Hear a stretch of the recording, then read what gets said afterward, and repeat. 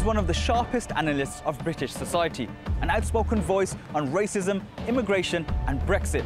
And he does it with a touch of humour, but with the articulation of an academic. He talks about how people of colour feel a constant anxiety to justify their place, to show that they've earned their seat at the table, and how they are hounded by these pressures. I'm Baig, and I'm talking to author Nikesh Shukla one-on-one.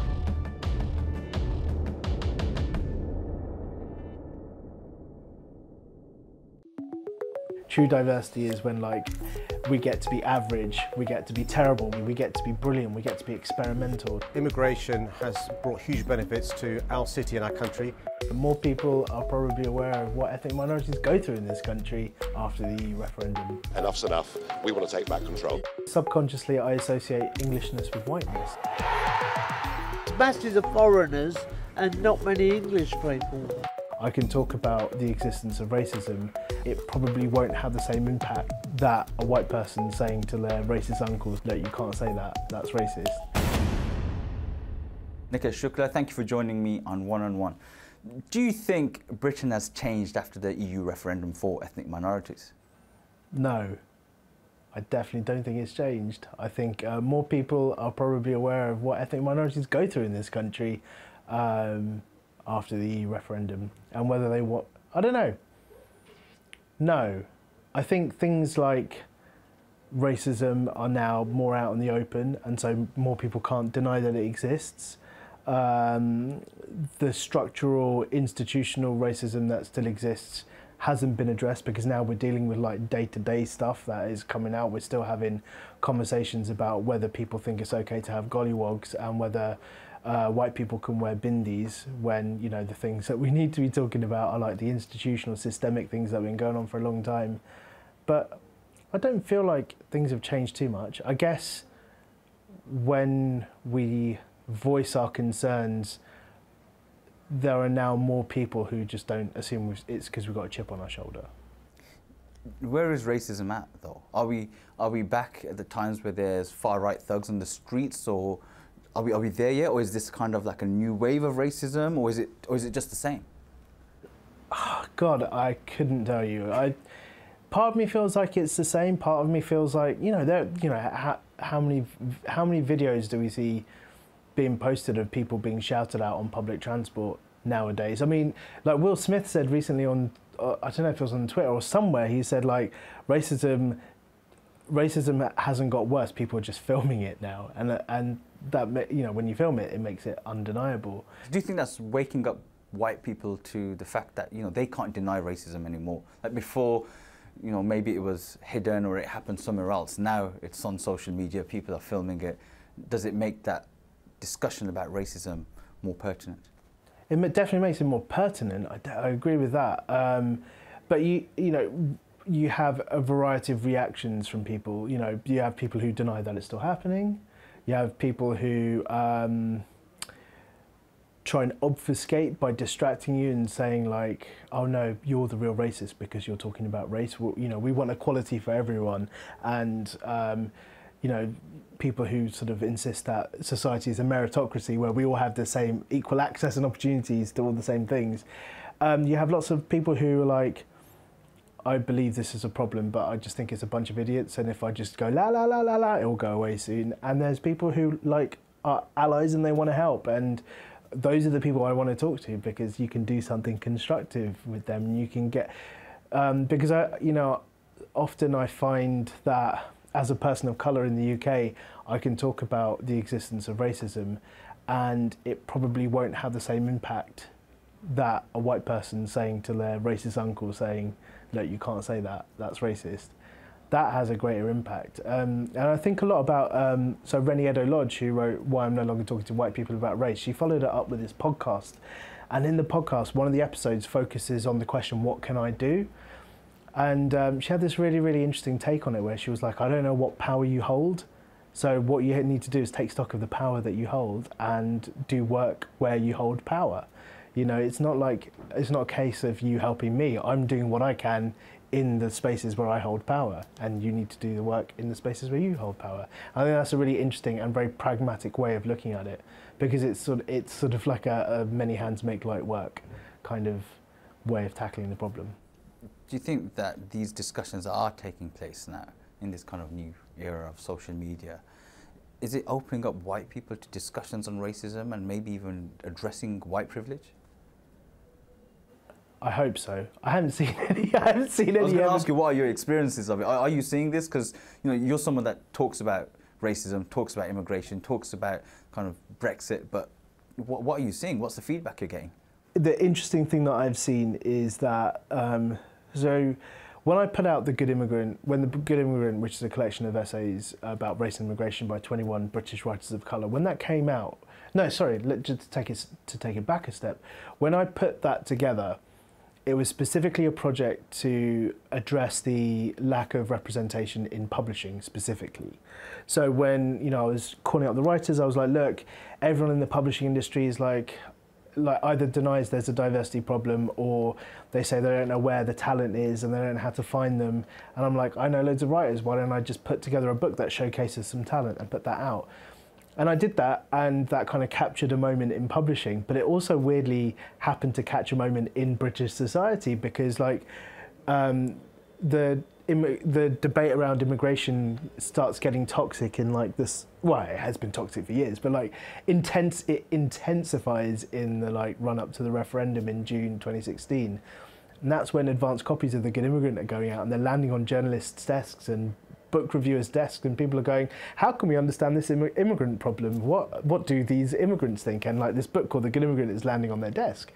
And so I then had to reevaluate who the book was for, because it had started from being a project about publishing to being a project that's making a big national statement. And I guess if I'd known that it was going to make a big national statement, I might have thought a bit more about it being more representative across all communities, and talking about immigrants from all types of communities, like people from Roma backgrounds or people from Polish backgrounds, etc., etc., etc. But I had the book that I had, and I had to think a lot about who that book was for now that it was out. And actually, the thing that I realised was that, sure, it could be a book aimed at white liberals to get them to have conversations, and that is great and that is valid. But the thing that I was finding at the multiple events that we did was that the book was really resonating with a generation of young people of colour who hadn't felt represented in literature before. They loved reading, they weren't readers, and suddenly a book was coming out that represented them and their generation, and people of their generation were writing about experiences that were familiar to them. And for them, in a country where their status feels precarious and they feel othered, it was quite a comfort for them. And so for me, that book became about holding up a mirror to this young generation of people of colour. And it was really evidenced in, we did this show at Manchester Literature Festival, me and Miss L and Inwa Ellams. The contributors, right? Miss L was one that's, they said she'd be perfect, an actress that'd be perfect as a terrorist wife. Yeah. So we did the show, and it was 200-person capacity show that was sold out, lying round the block to get book signed, and it was 75% people of colour. And this is a literature event where you expect the audience to be old, middle class, white, and it just wasn't that. And I was like, something is happening here, and that was the point at which I was like, this is who this book is for. Did they find it empowering? I think so, yeah. I'd like to think so. And I can only talk anecdotally from people who have said to me since it's come out, how that book changed their life, or what a particular line from a particular essay, or a particular writer who had gone through something similar, or Magic Majid posted up on Instagram a photo of the book, and he was like, I didn't usually understand reading, but now I've read this book and I've finally read people who are just like me. And I was like, those are the people who I wanted to empower. But there's still an issue within publishing, right? Yeah. There's a lack of people of colour. That research recently came out saying that only 1% of characters within literature are people of colour. So how do you address that? Publishing is an industry that is slow, right? So any change that is talked about in 2015, you don't start to see the benefits of it until now. So publishing in 2015, when I first started talking very loudly about the lack of representation, and publishing now, they're two very, very different in industries. Currently now, Penguin Random House is running a really, really great mentoring scheme for writers, and they run a bunch of different programs to get people in the industry, like more representation within the industry itself. Hachette have launched their own imprint where the remit is to publish books that are from marginalised writers. HarperCollins have like a BAME apprenticeship scheme. I'm not saying everything's perfect, but I think what happened in the past with publishing, whenever people did talk about diversity, and people have been talking about it for decades, is that there were like these short-term solutions that were suggested, or like it was denied that there was a problem, or it was like this myth of a meritocracy. When like the reality of this meritocracy of the industry was like, it was very easy to get a job if you could afford to do a free 6-month internship in a publishing house, and you got that because your dad knew someone's dad who worked there.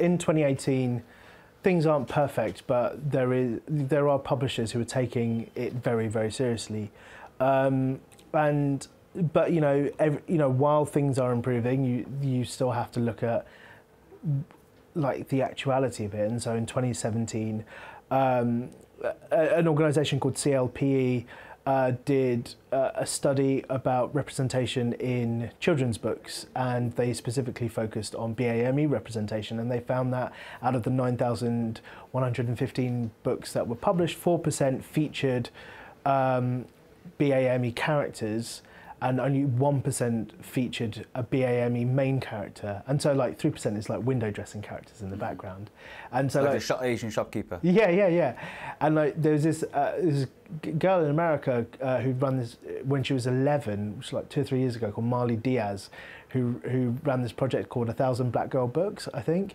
and she was like, there are more dogs called Timmy than black girls in children's books, and it's true, there are more animals in children's books than BAME characters, and I really, really believe, firstly, in mirrors. I really believe in mirrors. So, you're a young BAME kid, you see yourself represented in a book. That is so powerful. You basically get to see yourself, and you know that your story is valid. You can be the main character of that story. Either the book is about going on the bus to visit grandma and granddad, or Bam Bapaji, or Daddy and Nanny, or whatever. And you're like, okay, my experience of going on the bus to visit my grandparents is a valid experience. Or you're a superhero saving the world from a meteorite, and you see yourself as someone who can change the world, or you see yourself as like, I don't know, a scientist or an architect or all manner of things. And so if you see it, like as that saying goes, if you see it, you can be it. And so for young BAME kids, for young kids of colour to see themselves represented, it's so powerful. And it's not just young BAME kids who need to see BAME kids represented, it's white kids as well. They need to see that we're not just window dressing side characters, or we don't even exist. They need to see that our experience can also be universal. We can live normalised experiences, and also we can save the world from meteorites. And like, because when you don't have representation, what you then end up having is this scale. So on one end of the scale, you have people who got really mad on the internet when they recast their Sacred Cow film Ghostbusters, but with an all-female cast, and like loads of internet men, because they're predominantly men, straight white men, aged like 4 to 400 or what have you. These men were like, oh, I can suspend my disbelief enough for a world where there are ghosts that need busting, but I can't suspend my disbelief enough for a world where there are women who can bust ghosts. And who bore the brunt of the trolling? It was the black women. And it's because they don't see her as human. What was the one image that people kept posting to her? It was of a gorilla. And so that is how you end up when you don't have diversity, and that's just one end of the spectrum. Then on the other end of the spectrum, you have, probably halfway down the spectrum, you have like all these men in like their white polo shirts and khaki trousers walking through Charlottesville with their tiki torches, where they're shouting, "You will not replace us," because that is what people think diversity is. They think it's a one in, one out.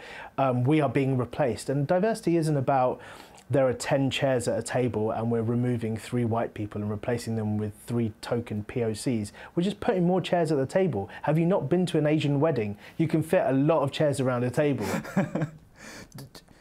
You're talking about representation, but you've also written about the kind of South Asian male and the kind of attempt to desexualize the South Asian male in popular culture. We're just talking about superheroes, and are we ever going to see a South Asian superhero in Hollywood? As a Marvel character? I mean, we've seen it in Bollywood. Don't forget Krish, that was classic. I don't know. I mean, all this talk of Miss Marvel coming to the Marvel Cinematic Universe is really exciting. I can't wait to see him. It's really upsetting a lot of people as well. Yeah, because I think that, South Asian women don't get as many opportunities as South Asian men to, helm things. And that is just a fact. I can only really think of, Gurinder Chadha and Mira Sayal who are doing things. And there are so many other amazing writers out there. And I think that the conversation around how it would be great for, a South Asian female team to realise that vision, I think that's an important and valid thing to say. I mean, obviously, I don't know what stage Marvel's at and who they've hired to think about it, but yeah, I think it's important. But as a South Asian man, or both of us South Asian men, how do you feel about the representation of South Asian men in popular culture? How does it make you feel when you turn on the TV and you see Raj from The Big Bang Theory? Just turn it back off again. Who wants to watch The Big Bang Theory? It's not funny. Sorry if you find it funny. It's not. Change your comedy tastes.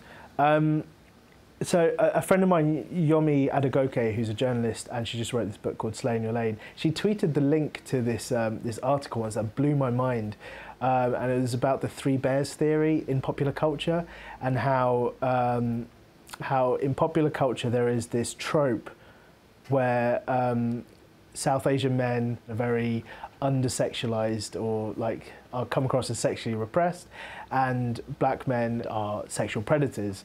And so, as per the 3 bears theory, it's too big and too small, meaning the white sexual experience is just right. And I think that blew my mind, and that got me thinking about people like Raj and how they constructed Apu, and how that guy played. Apu from The Simpsons? Yeah, Apu from The Simpsons. And I can't remember the name of the character, but the character where there's brown face in Short Circuit. Yeah, I remember. The guy with the really strong Indian accent, and he was just really skinny. And he used words in the wrong order, because that's hilarious. And so, yeah, there is a problem with that type of representation. But I can tell you who doesn't get to write rounded brown characters is brown people. Do you think that's an issue, though, for people of colour, for them to be able to be seen as successful or desirable or wanted, is for them to sometimes target their own communities? Is to distance themselves from their own communities? So, I mean, The Big Sick, a really good version of that film would have just focused on the male character's relationship with the girl's family.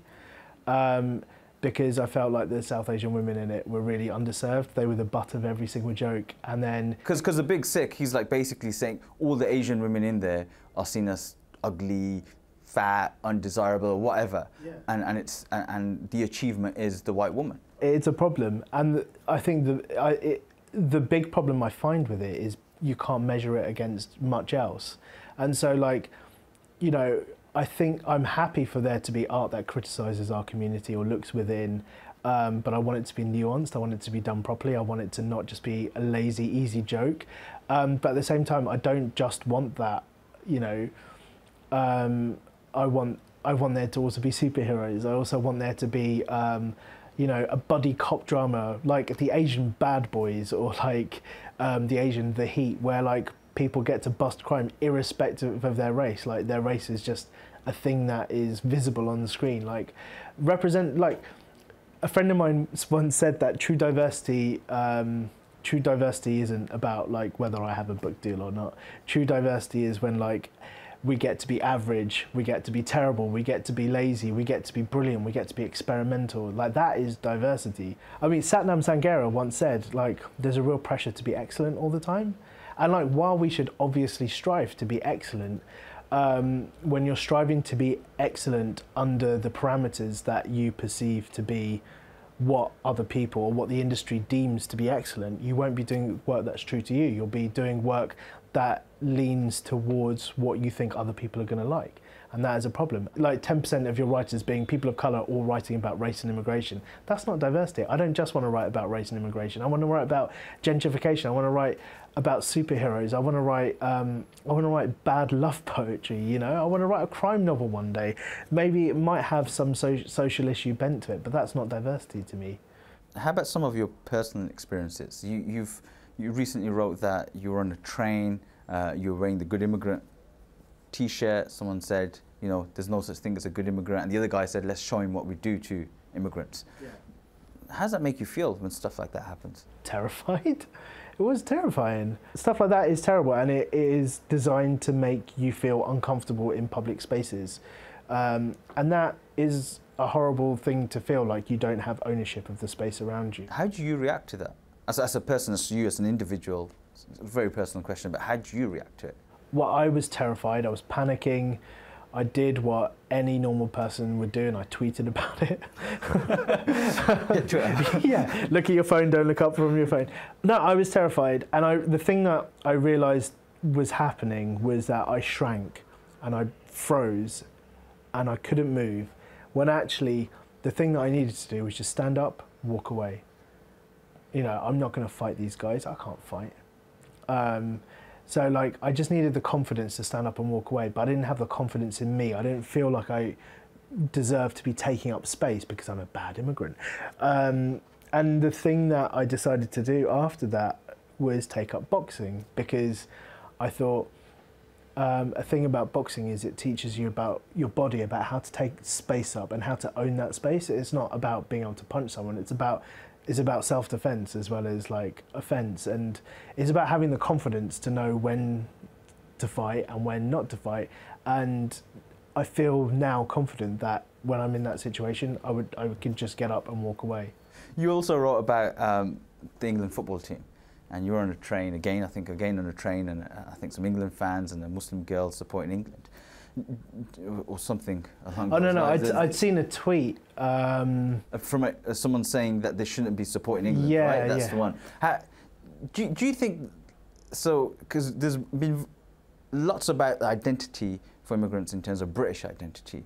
Do you think that this World Cup was different for ethnic minorities, because many coming out saying that they supported England and they felt English? I don't know what happened. This World Cup team, maybe it's because they were younger, they were untested, there wasn't like as much of a kind of predetermined feeling about them other than like the usual English, like, oh, guess we'll get knocked out by penalties tomorrow thing. I don't know, like many more people got behind the England team, and you know, maybe it's a generational shift that has happened. Maybe like the generation that is post Norman Tebbit cricket test has come of age to be able to like not feel the baggage of like the St George's Cross and wearing that shirt and the 3 lines on their chest. Do you support England? I did in this World Cup, yeah, but I feel like it's probably the first World Cup where I've actively taken an interest in how England has done and not gone, yay, Brazil, they're brilliant to watch. Would you ever say you're English, though? No, I wouldn't. And that's weird, isn't it? Would you ever say you're British? Yeah, I do say I'm British. You say you're British, but not English. Yeah, why? Oh, yeah, exactly. It's weird, isn't it? I don't know. I don't think it's weird, but why do you think it's weird? I guess because subconsciously I associate Englishness with whiteness, I think. I think that's what it is. But I couldn't call myself English. But also I think British allows me the space to also incorporate like my cultural heritage of being from India into it, and my dad's cultural heritage from Kenya as well. I think calling myself British allows me that space, whereas I think calling myself English feels a lot more of a defined national identity, whereas British allows me to be a bit more international about it. Does that make sense? I don't even know if that's really what I think. I think that's what I think. What's next for you? in terms of, you know, you've got books coming out, you're still writing, you're tweeting all the time. Get off Twitter. That's what I'm going to do. Where you're headed? Am I going to see you writing a drama? Am I going to see something on TV from you? A new book? So I've just had my first YA out this year called Run Riot, which is a thriller about gentrification. I've got my third novel called The One Who Wrote Destiny, which is a big family drama. They came out earlier this year. I'm working on some TV stuff that I can't talk about just yet. And yeah, there's a Good Immigrant coming out in February that's been entirely written by American writers. The lineup for that is ridiculous. Like, I just stare at that lineup and I'm like, how did this happen? How did we do it? It's because you're Nikesh Shukla. Who the hell is he? Anyway, Nikesh Shukla, thank you very much for your time and joining us on One on One. Thank you.